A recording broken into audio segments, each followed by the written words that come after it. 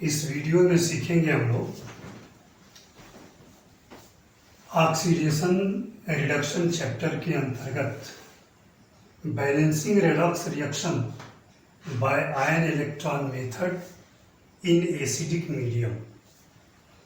Acidic medium में equation की balancing है और इक्वेशन है Cu plus HNO3 gives CuNO3 whole twice plus NO plus H2O। इस इक्वेशन की बैलेंसिंग आयन इलेक्ट्रॉन मेथड से एसिडिक मीडियम में करना है। तो पहले इसके दो पार्ट करेंगे और दो पार्ट करने से भी पहले इसको आयनिक इक्वेशन में बदल देंगे। जैसे यहाँ Cu न्यूट्रल एटम है तो Cu प्लस H प्लस यहाँ से नाइट्रेट यहाँ है, यहाँ भी नाइट्रेट नाइट्रेट के ही रूप में है। इसके ऑक्सीडेशन स्टेट में कोई चेंजिंग नहीं है, इसलिए उसको अवॉइड कर दिए, यानी प्लस NO3 इस नाइट्रेट आयन और इस नाइट्रेट आयन के ऑक्सीडेशन स्टेट में कोई चेंजिंग नहीं है, गिव्स Cu। जब नाइट्रेट यहाँ से अवॉइड करेंगे तो इस पर दो पॉजिटिव चार्ज आएगा और प्लस NO प्लस H2O। अब जब इसको दो इक्वेशन में कन्वर्ट करेंगे तो यहाँ से हाइड्रोजन आयन और यहाँ से H2O अवॉइड हो जाएगा, इसलिए कि एसिडिक मीडियम के बैलेंसिंग के समय हाइड्रोजन और H2O यानी हाइड्रोजन आयन और H2O दोनों ऐड कर लिया जाता है। तो इसका दो पार्ट होगा, एक पार्ट होगा Cu gives Cu पर दो पॉजिटिव चार्ज यानी Q पर लिखा है, और दूसरा फ्रेगमेंट होगा नाइट्रेट आयन कन्वर्ट हो रहा है नाइट्रिक ऑक्साइड में NO। यह दो इक्वेशन हो गए। इसमें कॉपर का ऑक्सीडेशन स्टेट यहाँ 0 है, यहाँ +2 है, यानी ऑक्सीडेशन स्टेट इंक्रीज कर गया। इंक्रीज कर गया तो इसको कहेंगे ऑक्सीडेशन हाफ रिएक्शन।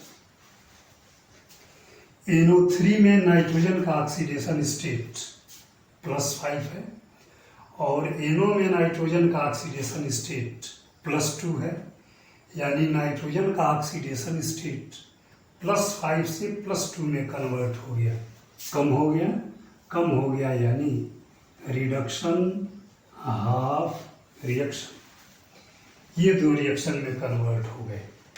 अब बारी बारी से दोनों इक्वेशन की बैलेंसिंग करेंगे। तो सबसे पहला रूल है balance the atom other than hydrogen and oxygen. इस इक्वेशन में अगर देखा जाए और हाइड्रोजन ऑक्सीजन को छोड़ दिया जाए तो क्या बच रहा है इसमें? कॉपर यहाँ एक है, यहाँ भी एक है। एटम जो है ऑलरेडी बैलेंस है। अब जब एटम बैलेंस है तो चार्ज की बैलेंसिंग कर देंगे।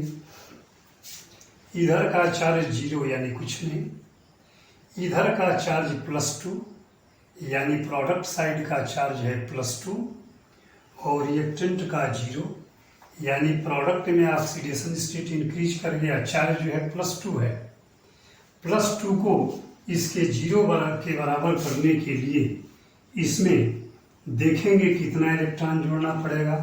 तो जितना चार्ज ज़्यादा हो उतना इलेक्ट्रॉन जोड़ दीजिए, यानी 2 चार्ज ज़्यादा है 2 इलेक्ट्रॉन जोड़ दिए। अब इस इक्वेशन में रिएक्टेंट और प्रोडक्ट दोनों का चार्ज बराबर हो। जब पहला वाला इक्वेशन बैलेंस हो गया तो दूसरा वाला इक्वेशन बैलेंस करेंगे। यहाँ भी वही rule, balance the atoms other than hydrogen and oxygen. Hydrogen oxygen को छोड़ के बाकी एटम की बैलेंसिंग कर दीजिए। तो नाइट्रोजन यहाँ एक है और नाइट्रोजन यहाँ भी एक ही है अदर एटम बैलेंस हो गया।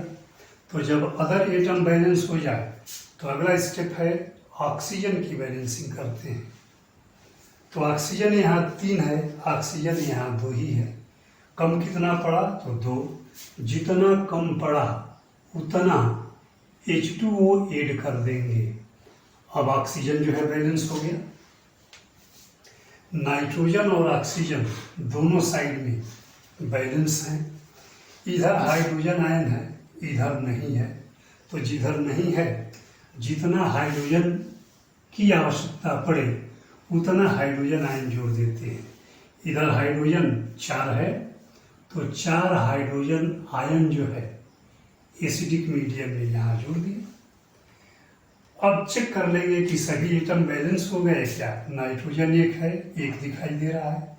ऑक्सीजन 3 है, तो 1 यहाँ है, 2 यहाँ है, ऑक्सीजन भी बैलेंस हो गया। हाइड्रोजन 4 है, यहाँ भी हाइड्रोजन 4 है, यानी एटम जो है बैलेंस हो गए।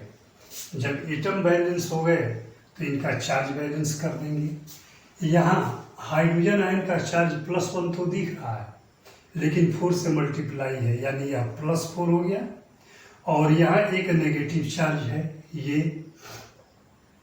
तो +4 से एक माइनस हो गया, यानी रिएक्टेंट साइड का ओवरऑल चार्ज +3 हो गया। यह 4+ है, एक नेगेटिव है, एक कैंसिल कर दिया, +3 हो गया। इधर का चार्ज NO भी न्यूट्रल है, H2O भी न्यूट्रल है। इधर का चार्ज 0 है, यानी इधर का चार्ज +3, इधर का चार्ज 0। इधर का +3 है तो ज़्यादा है। कितना ज़्यादा है? तीनों का तीनों ज़्यादा है। पूरे के को 0 करने के लिए इसमें 3 इलेक्ट्रॉन ऐड कर देंगे। अब चार्ज के दृष्टि से और एटम के भी दृष्टि से यह पूरा इक्वेशन बैलेंस हो गया। पहला वाला भी बैलेंस हो गया, दूसरा वाला भी। अब देखेंगे, इसमें इलेक्ट्रॉन 2 दिख रहा है, इसमें इलेक्ट्रॉन 3 दिख रहा है। जो रिडक्शन हाफ रिएक्शन है इसमें 3 इलेक्ट्रॉन है, ऑक्सीडेशन हाफ रिएक्शन में 2 इलेक्ट्रॉन है। ऐसे नंबर से मल्टीप्लाई किया जाए कि दोनों इक्वेशन में इलेक्ट्रॉन की क्वांटिटी बराबर हो जाए।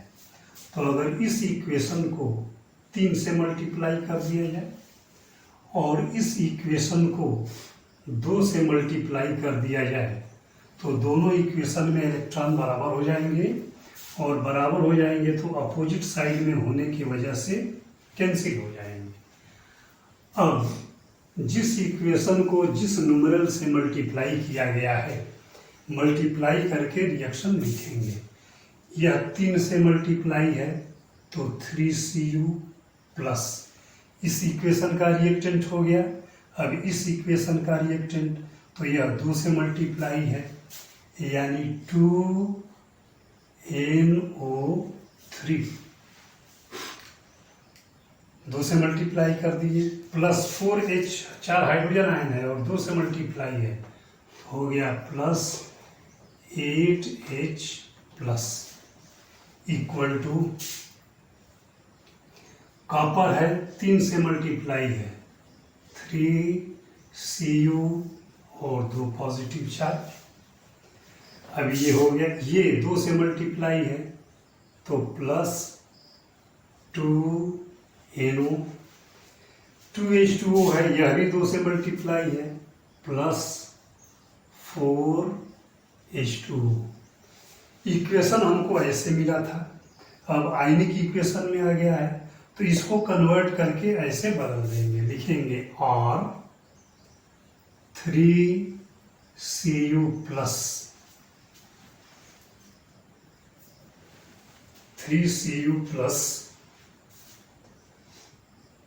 HNO3 है, तो यहाँ हाइड्रोजन आयन कितना है 8, तो सीधे सीधे 8HNO3, इसी में यह आ गया, हाइड्रोजन भी आ गया, NO3 भी आ गया, गिव्स 3Cu और इसके साथ नाइट्रेट है तो NO3 whole twice plus 2NO यह आ गया 2NO प्लस 4H2O।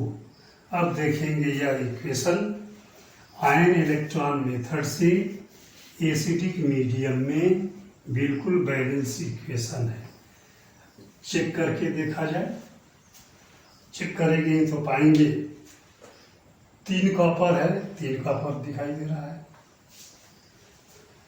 हाइड्रोजन यहाँ 8 दिखाई दे रहा है, 4 2 या 8 यहाँ भी हो गया, नाइट्रोजन भी 8 है तो 6 नाइट्रोजन यहाँ है, 2 तो यही हो गया और 2 से 3 मल्टीप्लाई हो जाएगा, 6 नाइट्रोजन यहाँ है और 2 यहाँ है, टोटल 8 हो गए। ऑक्सीजन 8 3 या 24 और यहाँ पर 3 2 या 6 और 6 3 या 18 यहाँ है, 2 यानी 2 यहाँ है तो 18 2 20 और 4 ऑक्सीजन यहाँ है, टोटल 24 हो गया। सारे के सारे एटम बैलेंस हैं। इस तरीके से आयन इलेक्ट्रॉन मेथड से एसिडिक मीडियम में यह इक्वेशन बैलेंस हुआ।